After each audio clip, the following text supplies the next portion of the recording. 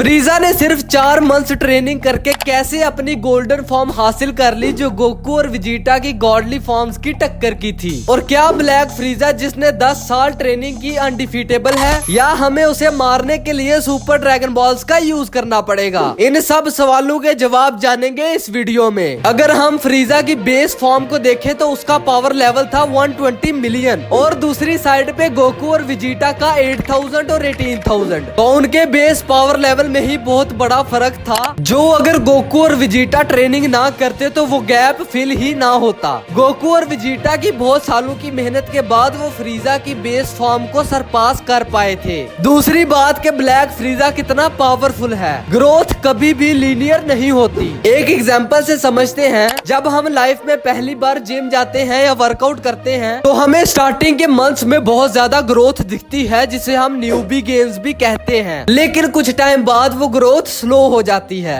जैसे किसी गेम का लेवल 1 पार करना लेवल 50 पार करने से आसान होता है। हमने ड्रैगन बॉल जी के शुरू में भी विजिटा की ग्रोथ देखी। उसका पावर लेवल 18,000, 25,000, 38,000। तो उसके केस में भी वो ग्रोथ बहुत फास्ट थी। इसी तरह जब फ्रीजा ने अपनी लाइफ में पहली बार ट्रेनिंग की तो सिर्फ 4 मंथ्स में उसकी ग्रोथ बहुत एक्सपोनेंशियल हुई। लेकिन हियर द कैच, क्या उसकी ग्रोथ स्पीड 10 सालों की ट्रेनिंग में भी सेम थी? नहीं, वो स्लो डाउन हो गई। तो ब्लैक फ्रीजा इतना भी पावरफुल नहीं है कि उसे कोई डिफीट ना कर पाए, but he is enough powerful कि उसने गोकू अल्ट्रा इंस्टिंक्ट और विजिटा अल्ट्रा ईगो को एक साथ टेक डाउन कर दिया था। मे भी उसे खत्म करने के लिए सब सेल्स को टीम अप करना पड़े या उन्हें किसी ओमनी किंग का सहारा लेना पड़े, जैसे जमासु की बारी लिया था। और अगर कुछ कैरेक्टर्स ट्रेनिंग करे तो वो ब्लैक फ्रीजा को सरपास कर सकते हैं, जैसे गोकू, विजिटा, ब्रॉली, गोहान। लेकिन ब्लैक फ्रीजा अनडिफीटेबल तो बिल्कुल नहीं है और ना ही उसे खत्म करने के लिए सुपर ड्रैगन बॉल्स का यूज करना पड़ेगा। अगर ये वीडियो इन्फॉर्मेटिव लगी तो लाइक और शेयर जरूर करना, और किसी चीज के बारे में भी डाउट हो तो कमेंट सेक्शन में जरूर पूछना।